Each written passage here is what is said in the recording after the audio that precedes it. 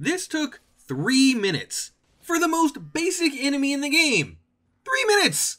Hello everyone and welcome. Today is a very special episode because this is the 100,000 subs celebration and I am going to answer the question, can I beat Elden Ring with only fists? Starting class doesn't really matter here since I don't need any requirements to wield my hands, but I picked Vagabond because it's got the highest base vigor stat and some decent armor. If you're wondering why I'm naked, it's because it's the optimal way to play this game. If you're wondering why my character is naked, it's because for the first hour, my plan was to buy the Knight's armor set from the Round Table Hold, but then I thought, that's dumb, I'll just wear the Vagabond starting gear. Had a bit of a scare when I sat down at a grace and suddenly heard the sound of a bunch of items being given to me, forgot I was playing Seamless. Anyway, at this point I hadn't actually tried the fist, so Jeff offered to spar with me and wow, that is bad. It's 2 damage a punch, that is, well, actually not the worst damage. I'm pretty sure there are ways to get 1 point of damage, but like, 2 is not a lot, especially when some enemies have multiple tens of thousands of health points, so yeah, I don't think this is gonna happen, but I am here to give it the old college try. Originally, I thought that this was it. You couldn't get any stronger, but I ran some tests and found you actually can increase the damage. Not by much, and not enough for it to matter honestly, but you can.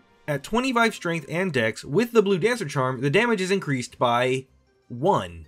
Add on Golden Vow and Flame Grant Me Strength and it goes up 1 more to 4 per hit. Literally doubled my damage output. With a talisman and 2 spells, but still, double damage. And at 99 strength and dexterity, the damage is increased to 7 on light attacks. Without cheating, it would be one hell of a slog to get to 99 in any stat, so that's not exactly realistic for this run, but it is neat to see slightly more than triple damage from what I originally thought. Now, I'll be honest.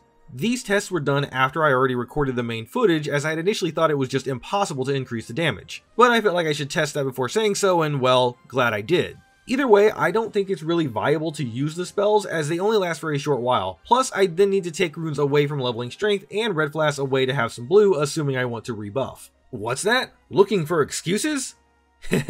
Yeah. But anyway, you'll see me doing 2 damage and complaining about it, but just know that even more future me knows the truth. But still feel free to comment how dumb I am below. After all, I clearly didn't raise intelligence for this run. To that end, the name of the game is to just get so bulky that hopefully I can outlast the bosses dying of old age. I run around the game world grabbing a bunch of seeds and tears from Limgrave, Weeping Peninsula, Caelid, Liurnia, Altus Plateau, and the Volcano Manor.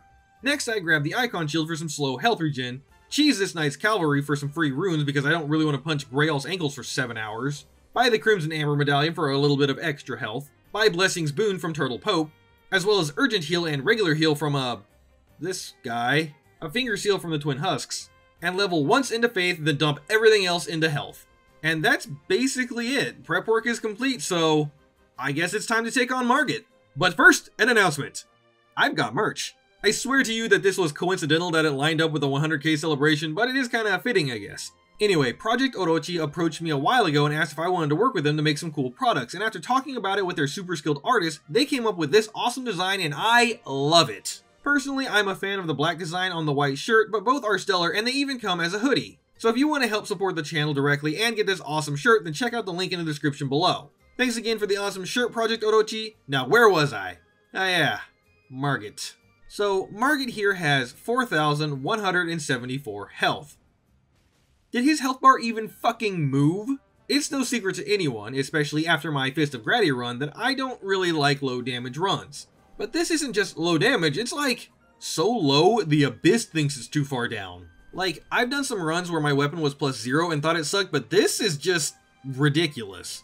It doesn't help that the health bloat in Elden Ring is kinda nuts. For example, Gwyn, the final boss of Dark Souls 1, has 4,185 health. The final boss has 11 more health points than this game's first boss. Now, maybe it's not fair to compare the two, so what about the final boss of Elden Ring, the Elden Beast? It has 22,127 health, which comes immediately after the Radagon fight with 13,339, effectively totaling 35,466, or roughly 8.5 Margits. And I do 2 damage. They aren't even the boss with the most health either. Listen, I really wanted to come in here and tell you that I sat down and tapped into some inner will that allowed me to power through this, but I didn't. It's not that I don't think I could complete this game fist only, the problem is I don't know if I could do it in any reasonable amount of time. What you're seeing now is my first and only attempt on Margit, and I failed here, when he had about maybe 53-ish% health left. Do you know how long this took? 37 minutes! It obviously wouldn't work this way because the final boss moves around a lot, but let's do some guesstimate math. Let's say it takes me 40 minutes to do 50% of Margit's health, so 80 minutes to kill him. If the final encounter is 8.5 Margits, that means it's 680 minutes, or a little over 11 hours on a single fight. Now, to its credit, maybe it wouldn't be that bad. I mean, depending on how many opportunities there are to actually attack, and Radagon can be parried, which might help, maybe. Point is, that's a long time to spend on a single fight, and that's assuming you don't choke at the end and have to do it more than once. Now, of course, the run idea as a whole is possible. We've all joked, if do damage can win, and I mean, the one good thing about this attack is that it's fast with low stamina usage. Further, Gino Machino, living up to his name of being a machine, has done it. I checked his video, and it only took him about 5.5 hours for the final boss, which is a far cry better than my 11-hour estimate, but still, 5 hours on a single boss is kind of insane. So, no, I can't beat Elden Ring fists only, and I'm sorry to disappoint those of you out there that wanted to see me suffer. I've beaten this game in plenty of difficult ways. Who would have thought a mostly normal but without a weapon playthrough would be the one to stop me? That being said, I didn't feel right not beating anything and saying, ugh, I couldn't do it, so I figured why not take on the meme himself, Rick, Soldier of God. A lot of you enjoyed my live commentary in the Fist of Gradia run, so I thought I would do that here too. Actually, this part of the script was written before I did the fight, so sure hope I don't have to make it like 8 times speed just to compensate. Live me, take us home. Thanks, script writing me. So, how's everybody doing out there? Y'all doing good? Yeah, I was doing good until I decided to start this run. I'm joking, of course, but yeah, no, similar to the Fist of Gradia run, there's not a whole lot for me to talk about here. I mean, I hit the boss a lot. That's all I did. I guess there are like 3 things I could mention about this. The first is right there. I was so surprised to see yellow in his health bar, like at all. That legitimately shocked me that the boss has so little health that I could see yellow on a backstab.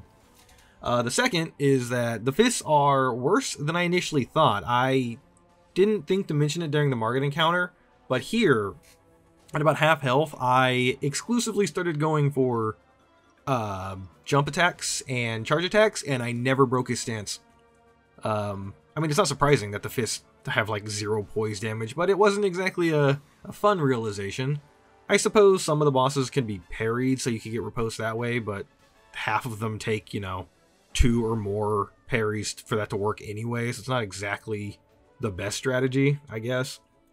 And the final thing is that attack he just did where he spins like that. At some point when I was doing the jump attacks, I would actually duck under it, which was just cool. Like, it's just a neat thing. I didn't even know that was possible. I don't know if it's possible to jump over it for that matter, but I don't know. It's just a neat thing because I'm really grasping at the straws here about this fist run. I do wonder how far I could have gotten had I not started with Margit. Like, had Godric been the first boss.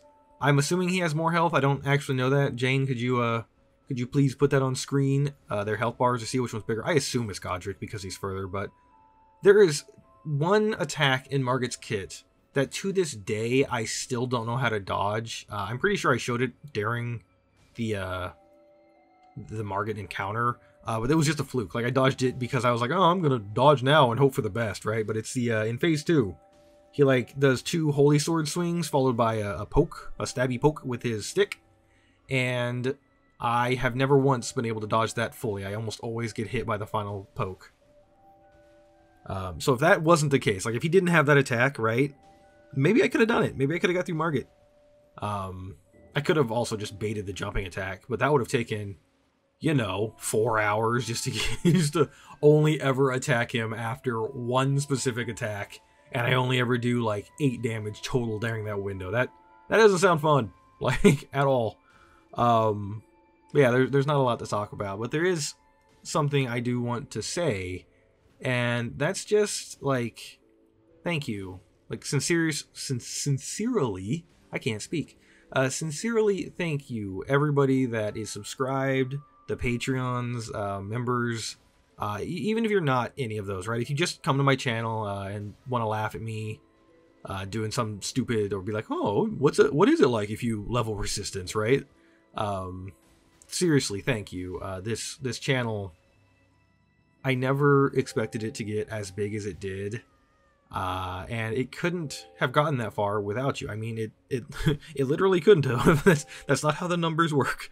But like before I started this channel, I would look at things like, or other channels like Lemon, the backlogs, Baron's Castle, Gamers Week, and just all sorts of challenge run channels, and be like, wow, that looks like fun, and they're making people laugh. They made me laugh. I want to do that, right? I want to have fun and try and make people laugh. So I started the channel, and now I'm in a position where I've met so many great people like them. Like I've gotten to talk with them. JK Leeds is one of my good friends now, and it's all thanks to all of you out there, and I cannot thank you enough for allowing me to be in this position. Oh look, Soldier of Godric's dead, and I'm covered in blood. But yeah, I just thank you everybody so much. It has been a fun, crazy journey, and we're on the road. We're gonna do the all Soulsborne games hit lists when I get to 1 million. I'm gonna regret saying that, but we're gonna do it. I honestly feel like I have a higher chance of that working than this fist only run. But thank you everybody, really. And until next time, don't you dare go hollow.